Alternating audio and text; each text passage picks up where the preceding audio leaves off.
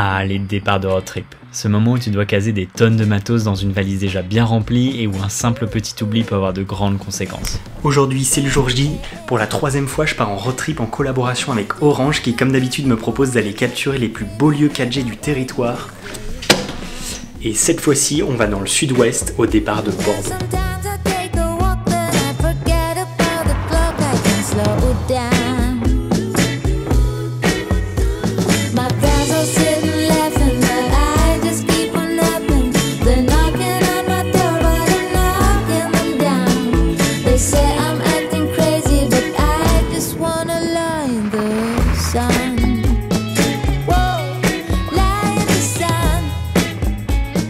Bon, du coup, après 2 petites heures de route, on vient d'arriver au premier spot de ce road trip. On est aux grottes de Lascaux.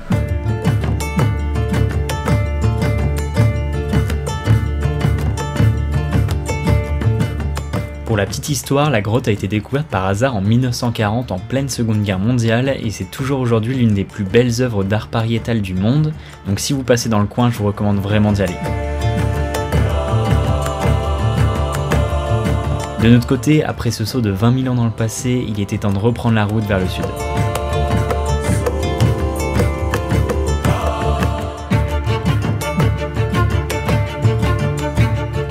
Pendant ce road trip, on a eu énormément de chance avec la météo puisque du début à la fin, il a fait super beau. Du coup, pour ce premier jour, on a bien sûr eu droit à un petit coucher de soleil, mais vous allez voir que c'était rien du tout comparé à ce qui nous attendait les jours suivants.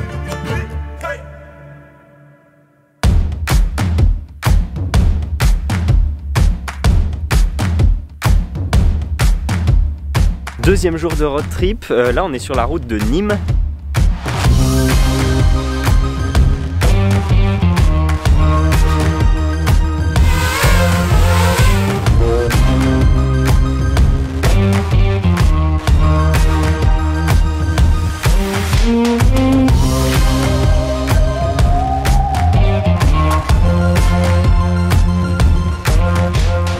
Entre les petites routes aveyronaises et le viaduc de Millau, on peut dire que visuellement on était bien servi, et pour couronner le tout, on est tombé sur ça.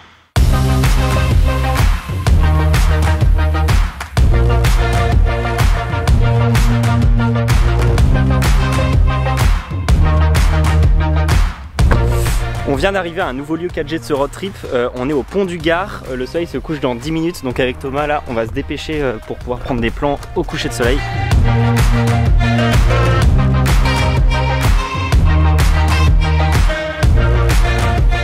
Regardez le coucher de soleil qu'on a, c'est incroyable.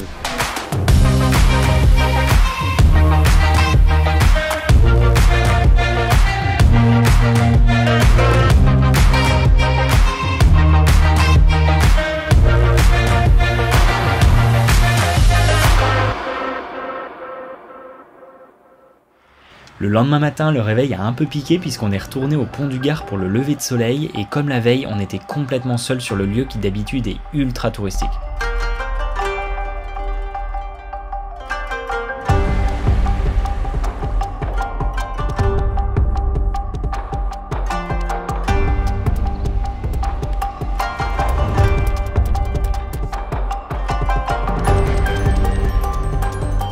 Nouvelle journée, nouveau lieu 4G Orange. Aujourd'hui, on est aux arènes de Nîmes.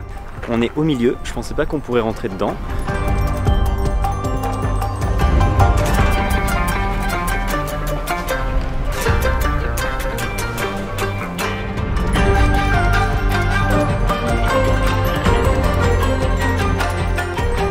Après avoir bien exploré les nombreux couloirs de l'arène qui, pour info, a été construite il y a 2000 ans, il était temps d'assister à un spectacle unique au monde. Ou pas.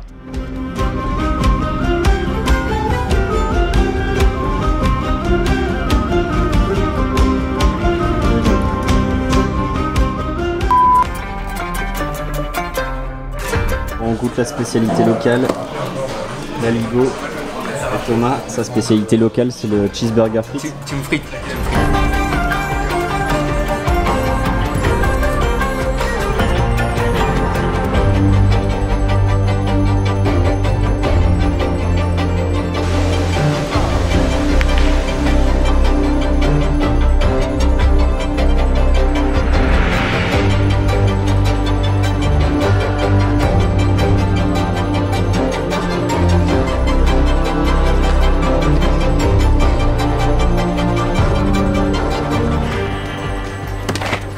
vient d'arriver dans le petit village de Palavas-les-Flots pour faire de l'e-foil.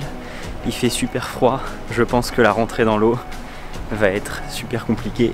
Très très froide. Pour vous expliquer rapidement, le foil électrique c'est un surf auquel est attaché un aileron qui est sous l'eau et grâce au moteur électrique qui donne de la vitesse, le surf peut littéralement décoller.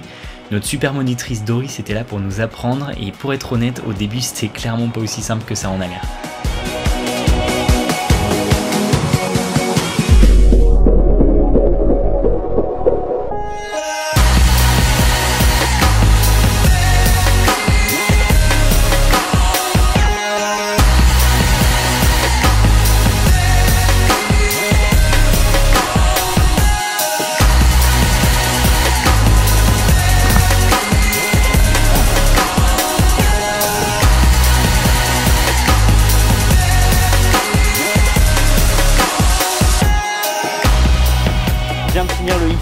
On a bien galéré mais à la fin on y arrivait quand même, donc c'était grave cool. Là on est en route pour aller visiter un nouveau lieu 4G de ce road trip. C'est la cathédrale de Maguelone, c'était juste à côté de là où on a fait de l'e-foil. La dame de l'e-foil justement nous a dit que c'était assez stylé, je connais pas du tout, donc on va aller voir ça tout de suite. La particularité de cette cathédrale qui date du XIIIe siècle, c'est d'avoir été construite sur une petite île près de la côte. À l'époque c'était un lieu assez important puisque plusieurs papes y ont séjourné. Bon aujourd'hui même si certaines parties sont en ruine, ça vaut quand même le détour si vous passez près de Montpellier.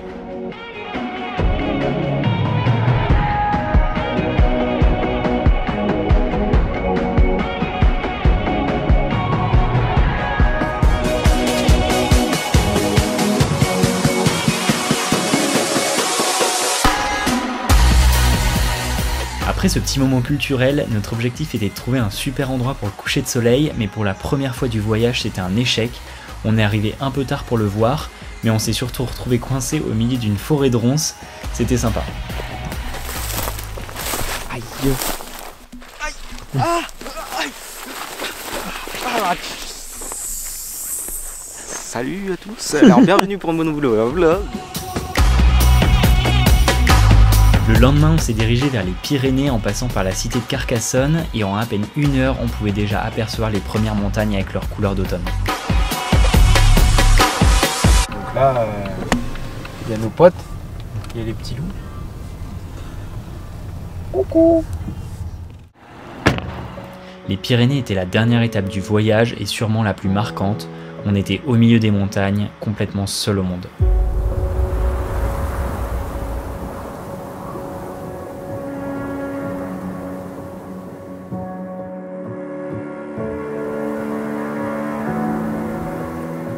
À ce moment-là, on savait que les prochains jours allaient être intenses, mais vous allez le voir, on s'attendait pas à vivre des choses aussi fortes.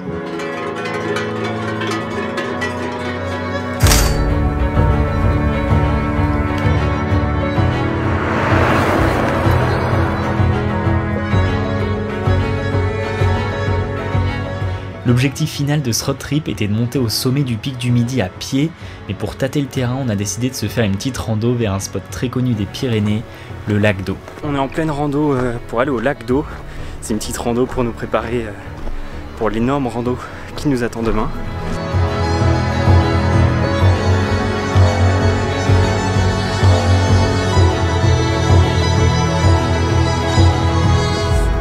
Bon, on est arrivé au lac d'Eau après une bonne grosse heure de rando.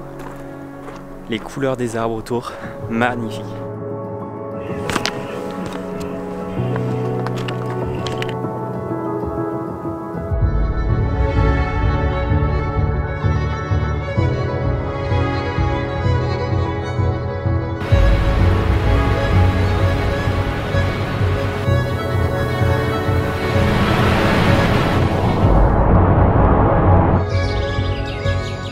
Bon, maintenant que la cascade est faite, la question qu'on se pose c'est va-t-on avoir le coucher de soleil de ce soir, sachant qu'il est 17h30, qu'on a 1 heure de marche pour arriver à la voiture et qu'il faut ensuite trouver un spot. Pas sûr, pas sûr.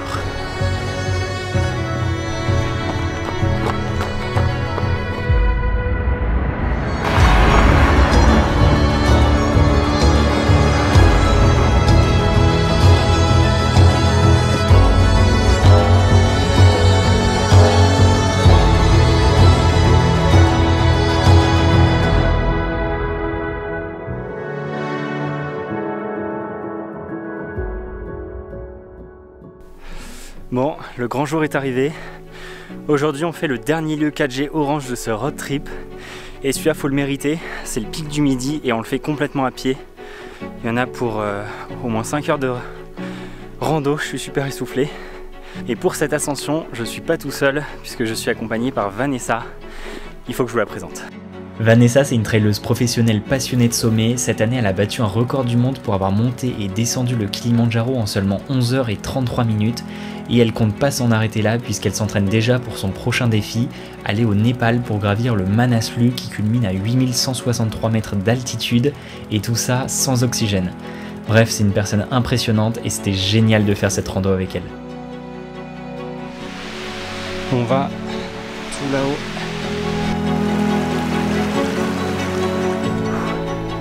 Franchement, c'est assez dur. Hein. Les 2 premières heures, on les a fait super vite. Allez, encore 3 heures à peu près.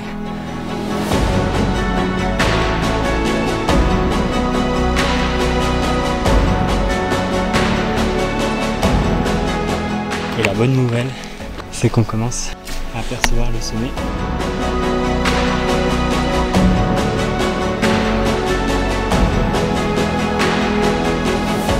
Thomas n'a pas eu la chance de faire la montée à pied avec nous parce qu'il était dans le mal après avoir fait une intoxication alimentaire la veille, donc il a pris le téléphérique pour nous rejoindre au sommet. Pendant toute la rando, Vanessa m'a appris des tonnes de choses sur la nutrition, sur ses entraînements et elle m'a parlé de ses prochains défis qui sont vraiment fous, donc si vous voulez voir tout ça, je vous conseille d'aller la suivre sur Insta.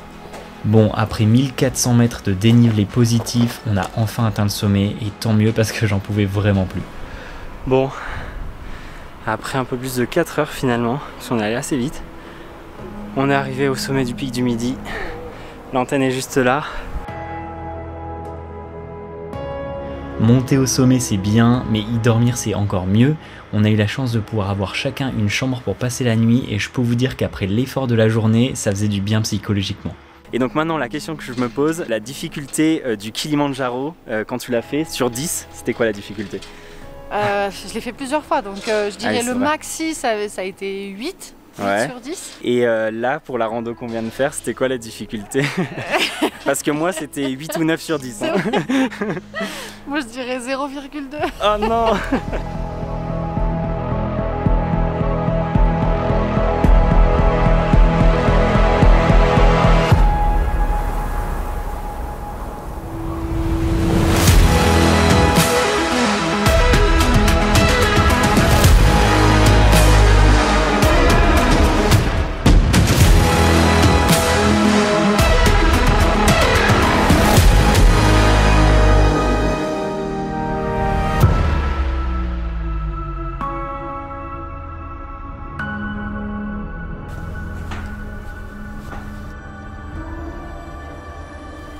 Le lendemain matin, pour notre dernier jour de road trip et pour finir en beauté, on a pu avoir un lever de soleil incroyable, mais c'était pas tout. Une fois le soleil levé, on a assisté à un défilé d'hélicoptères qui apportait du matériel au sommet du pic. D'ailleurs, vu le débit qu'on avait en 4G, j'en avais profité pour vous partager tout ça en live Instagram.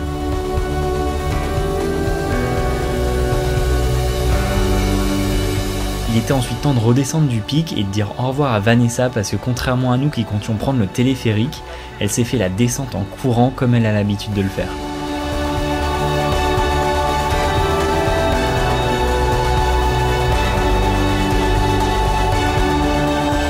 Le pic du Midi était en quelque sorte l'apogée de ce road trip de plus de 2000 km. J'espère que l'aventure vous aura plu.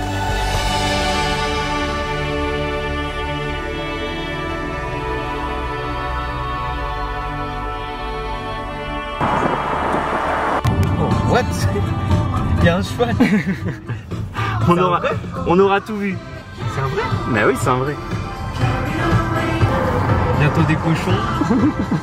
Il y a toute la ferme. Il y a une vache là-bas. Il fait une tête, il me fait peur là.